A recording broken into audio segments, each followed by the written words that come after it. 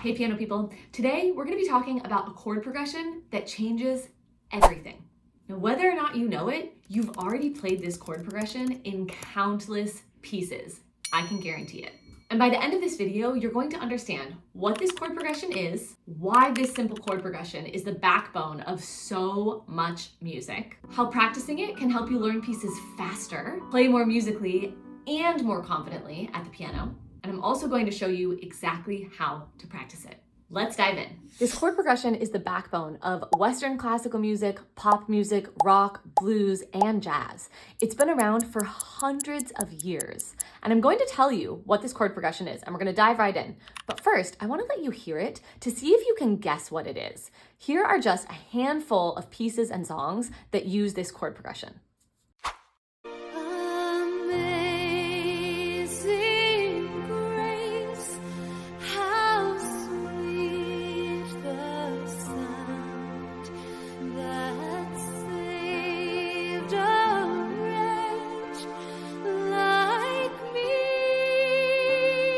She's a good girl, loves her mama, loves Jesus, and America too. If you didn't guess the chord progression, that's okay. It's the 1-4-1-5-7-1 chord progression. And while the first two examples I just shared with you followed the chord progression exactly, the last example was a slight variation. Now here's what this chord progression looks like. Here's 1, here's 4, here's 5-7, and here's 1. You might recognize it because you hear it all the time. Now in any key, you can build a chord on any of the scale degrees. So if we take the C major scale, the first chord is the chord that we build on the first scale degree. The 4 chord, which we talked about in this chord progression, is built on the 4th scale degree, 1, 2, 3, 4. And the 5-7 chord is built on the 5th scale degree, 1, 2, 3, 4, 5. And then back to the 1 chord. But the 1 chord is your home base. It's the tonic. It's the name of the key. So in the key of C, the 1 chord is the C chord. The 4 chord gives you a little bit of a sense of movement. And then the 5-7 chord creates tension that resolves beautifully back to the 1 chord. And together, these 3 chords form the harmonic foundation of countless songs like you just heard. Now, I have a whole video where I go way more in depth into these 3 chords, and I'm going to link that at the end of this video. That video also has a free PDF that goes along with it. So once you're done with this one, you want to make sure to check it out and download that free PDF that shows you all the fingerings for the inversions. I'm going to quickly show you those examples that I already showed you at the beginning. I'm going to play them very simply for you so that you can hear the chord progression before we go on to talk about why this chord progression is so important. So Amazing Grace is in the key of F, so F is going to be our 1 chord. So you can hear with our melody, here's our 1 chord, 1 chord, 4 chord, 1 chord, 1 chord, 1 chord, 5 chord. Now, of course, you hear lots of more complicated versions of that song, but when you really distill it down, that is the basic chord progression that Amazing Grace uses. Free Falling by Tom Petty, we are in the key of D major.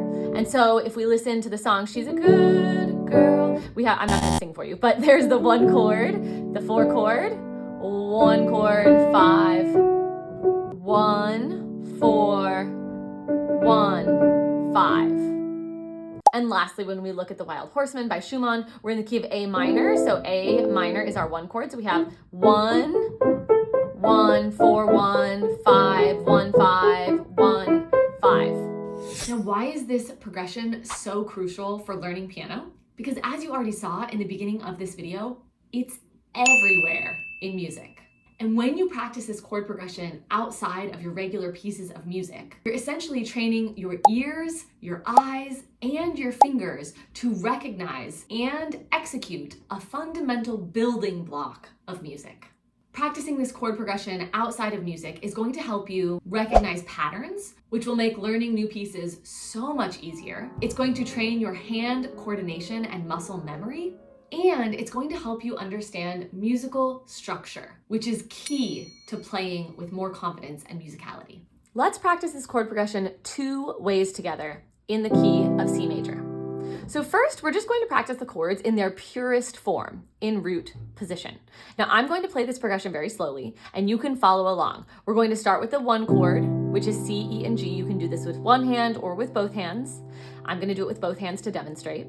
Then we're going to go to the 4 chord, which is F, A, C. Then we're going to come back to the 1 chord, C, E, G. And then we're going to jump to the 5-7 chord, which is G, B, D, F. And then we're going to jump back to the 1 chord, which is C, E, G. Now you can practice this very slowly over and over again as a warm-up, saying the chords out loud. For example, C, F, C, play it with me if you're not, G7, C. You can also say the Roman numeral names of the chords, which is where they are in relation to the key. So the C chord, as we talked about, was built on the 1st scale degree, so it's our 1 chord.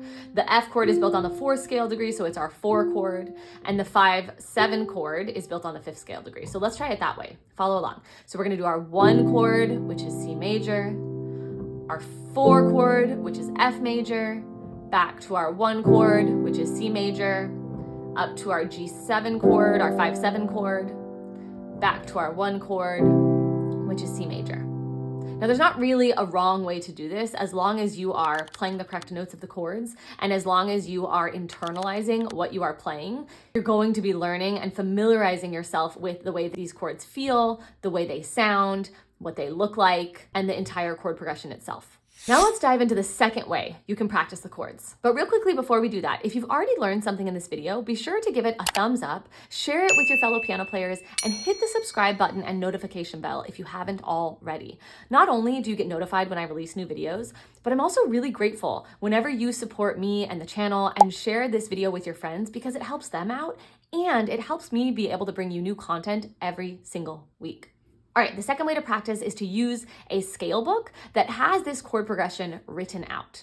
The Alfred scale chords and arpeggios book has this progression written out in every key with the inversions so that you don't have to make it up in your mind. So we're going to look at the C major version of this chord progression. In the scale book, it's called the C major cadences.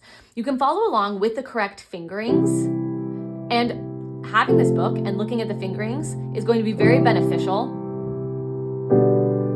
for remembering the progression. And this way of practicing this chord progression is a little more practical for how the chords actually appear in pieces of music. Because one thing to note is that this chord progression is going to appear with these chords in all different inversions. So it's not always going to be a C chord in root position. You might have the notes of the C chord mixed up with C's down here and an E in the middle and a G right here, right? Or you might have the G on the bottom and the C in the middle and the E on the top.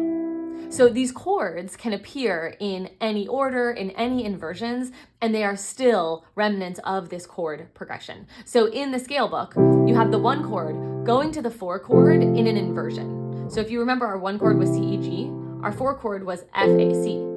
They actually share a note in common. They both have a C in them. And so instead of jumping from the 1 chord to the 4 chord, we're going to play the 1 chord and we're going to keep that common note the same and just move up to the F, A. So you have F, A, C, they're just in a different order. So this chord progression, 1, 4, 1, 5, 5, 7, 1, looks and sounds a little bit more like how you'll actually see these chords in various pieces of music. A good example of this is Mozart's K545, his sonata in C major. The chords are in a slightly different order, but you can see if you follow along with the music on the screen that the left hand is doing 1 chord, 5, 7, 1, 4, 1, 5, 1. And so we're using those exact same chords. I'm going to do that one more time. 1 chord, 5, 7, 1, 4, 1, 5. I'm messing up the trill, but you can hear it. 5, 1. Now, let's talk about how you can apply this chord progression to your regular practice when you're actually working on pieces of music.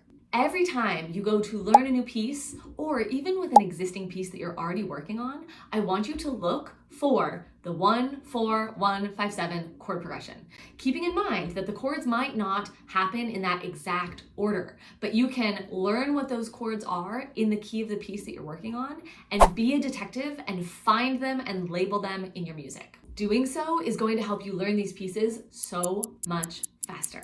Now that you know the power of recognizing and being able to play this chord progression, you might be interested to know about other musical patterns and how they can help you learn and sight read so much faster.